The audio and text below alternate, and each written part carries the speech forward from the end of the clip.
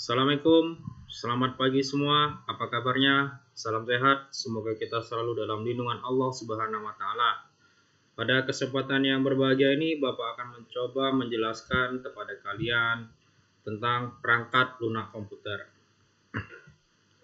Perangkat lunak komputer atau software itu adalah suatu yang berisi serangkaian instruksi, program, prosedur, pengendali, pendukung, dan aktivitas pengolahan perintah pada suatu komputer. Jadi software ini merupakan komponen yang abstrak, jadi tidak seperti hardware yang berbentuk, berwujud, dapat disentuh. Software ini antara ada dan tiada. Jadi sebenarnya dia ada tapi tidak berwujud, jadi bentuknya abstrak, yaitu dari susunan sistem komputer. Jadi tanpa software, komputer itu adalah rongsokan elektronik. Jadi bisa dibayangkan kita punya hardware tapi tidak punya software. Jadi kita punya perangkat komputer, hardware komputer, tapi kita tidak mempunyai software. Jadi komputer itu tidak bisa digunakan.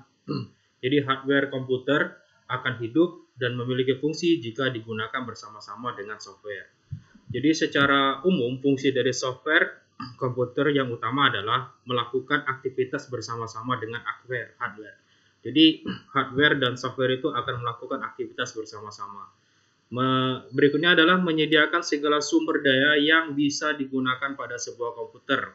Jadi monitor bisa menampilkan huruf, mouse bisa bergerak, begitu. Ketika kita tekan huruf A muncul huruf A. Nah, itu adalah hasil kerjasama antara hardware dan software. Berikutnya, fungsi software adalah bertindak sebagai perantara antara pengguna user dengan perangkat keras untuk melakukan aktivitas dengan perintah yang harus dilakukan di dalam software. Jadi, kalau kita lihat tiga komponen penyusun sistem komputer kan ada hardware, software, dan brandware. Jadi posisi software itu adalah di tengah, adalah perantara antara hardware dan brandware. Jadi supaya hardware bisa digunakan oleh brandware itu harus ada software. Kira-kira seperti itu. Beberapa pendapat orang sebelumnya, beberapa ahli berpendapat bahwa jenis software komputer itu dapat dikelompokkan menjadi dua jenis, yaitu perangkat lunak sistem atau sistem software dan perangkat lunak aplikasi atau application software. Perangkat lunak sistem terdiri dari program untuk memanajemen sistem atau sistem manajemen program dan untuk program pengembangan sistem atau sistem development program. Sedangkan perangkat lunak aplikasi terdiri dari program yang berisi aplikasi untuk tujuan umum atau general purpose application program dan program untuk aplikasi khusus application special program. Dapat kita lihat di sini. Jadi software komputer itu dibagi menjadi dua, yaitu software aplikasi dan software sistem. Software aplikasi dibagi menjadi dua, ada program untuk tujuan umum dan ada program untuk tujuan khusus. Sedangkan software sistem dibagi juga menjadi dua, adalah program untuk memanajemen sistem dan program untuk pengembangan sistem. Nah, akan kita bahas satu persatu. Jadi di sini ada yang namanya software aplikasi dan software sistem. Yang pertama kita bahas software sistem. Software sistem salah satunya adalah software yang digunakan untuk memanajemen sistem. Nah, yang paling kita kenal pada sebuah komputer yang termasuk dalam program untuk memanajemen sistem adalah sistem operasi. Jadi tanpa sebuah sistem operasi, hardware itu tidak bisa bekerja. Ya, tidak bisa bekerja. Jadi sistem operasi itu adalah ruhnya bagi software.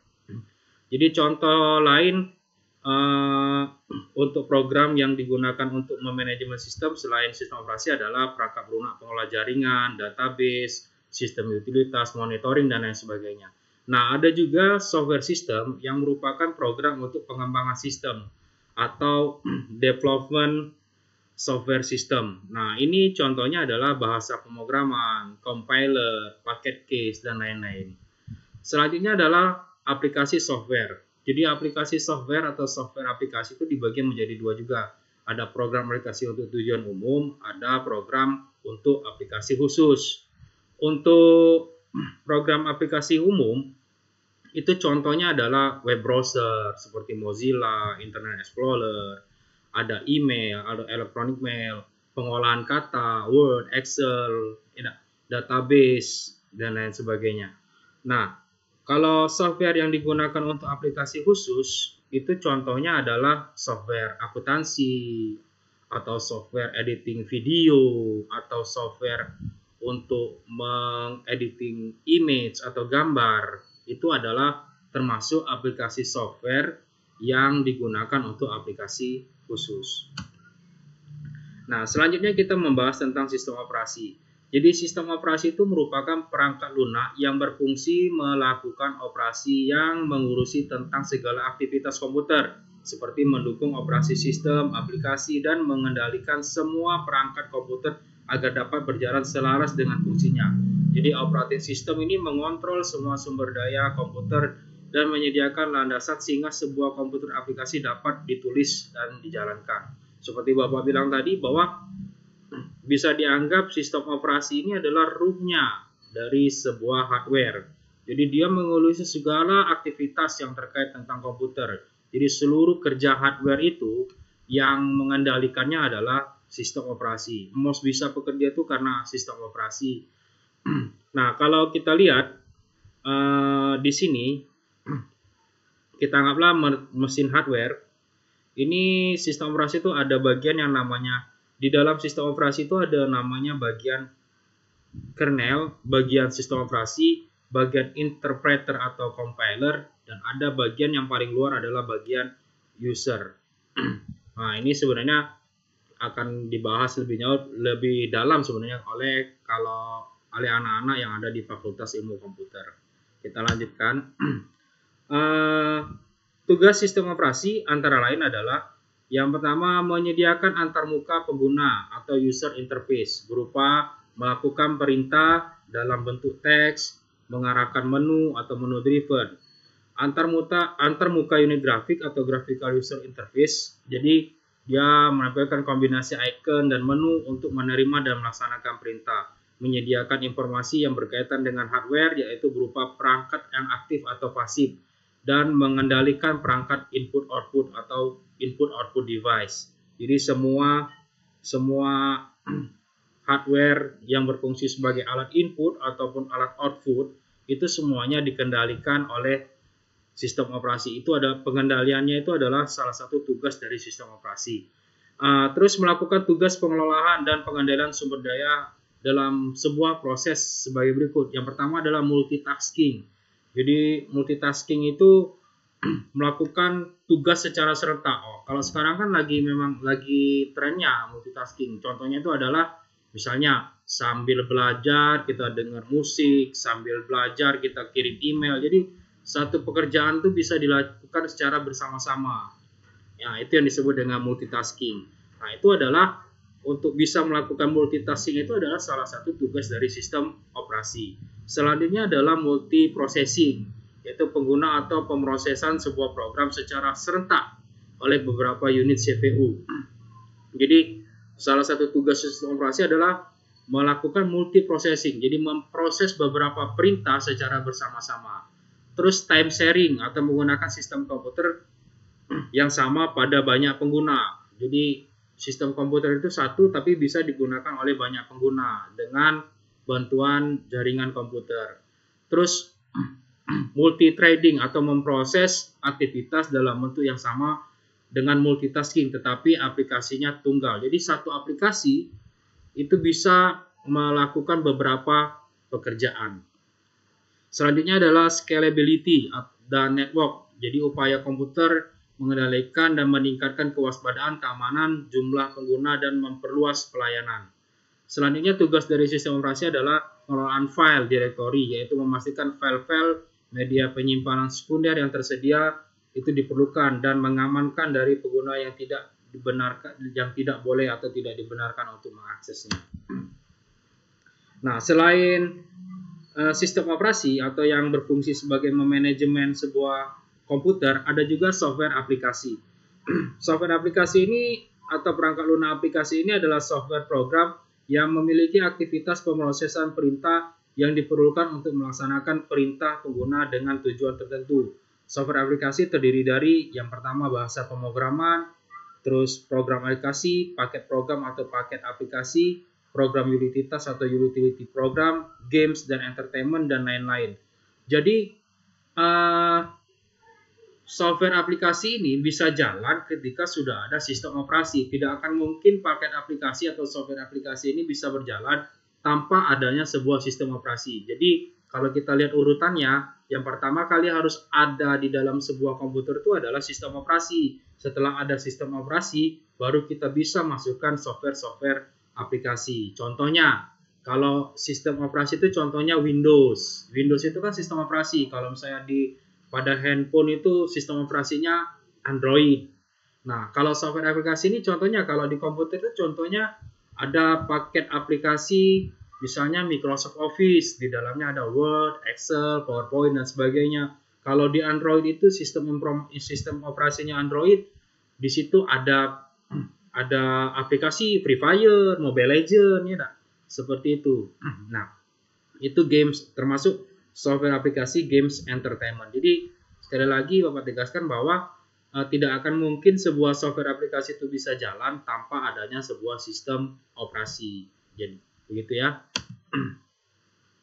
Nah, selanjutnya itu adalah bahasa pemrograman. Nah, bahasa pemrograman ini adalah bukan bahasa pemrograman bukan seperti bahasa Inggris, bukan seperti bahasa Indonesia. Jadi bahasa pemrograman ini adalah bahasa yang memang dipakai untuk menciptakan sebuah aplikasi atau sistem informasi. Jadi sistem informasi dan aplikasi itu diciptakan menggunakan bahasa pemrograman. Di dunia ini banyak bahasa pemrograman ya. Kalau zaman dulu ada yang namanya Basic, Pascal, dan lain-lain. Kalau di sekarang ini yang lagi tren itu Java, Python, PHP, bukan pemberi halaman palsu ya. Jadi PHP memang bahasa pemrograman, ada bahasa pemrograman PHP yang digunakan biasanya untuk web programming. Nah, untuk bahasa pemrograman ini tidak akan kita bahas lebih lanjut karena ini mungkin akan lebih dibahas lebih lanjut oleh anak-anak Fakultas Ilmu Komputer.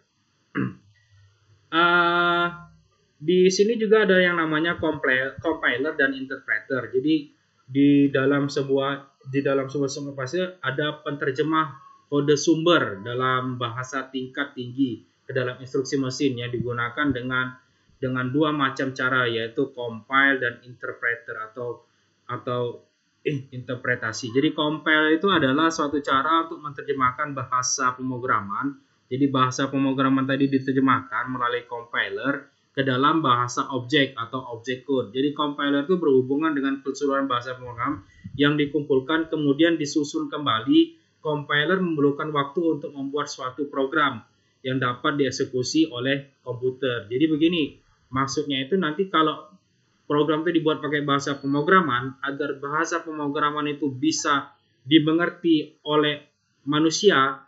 Nah, itu ada bagian yang namanya compiler yang bertugas untuk menerjemahkannya itu. Jadi penerjemahannya itu ada dua cara. Yang pertama adalah compiler. Selanjutnya itu adalah interpreter. Interpreter itu menganalisis dan mengeksekusi setiap baris program tanpa melihat program secara keseluruhan. Jadi keuntungan dari interpreter ini adalah dalam eksekusi yang bisa dilakukan dengan segera tanpa melalui tahap kompilasi.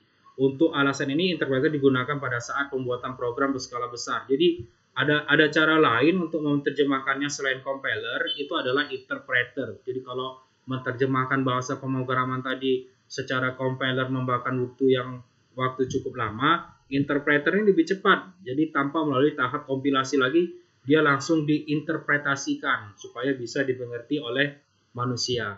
Jadi maksudnya begini, jangan menganggap bahwa ketika di keyboard ini kita tekan huruf A, itu komputer itu bacanya huruf A, tapi tidak.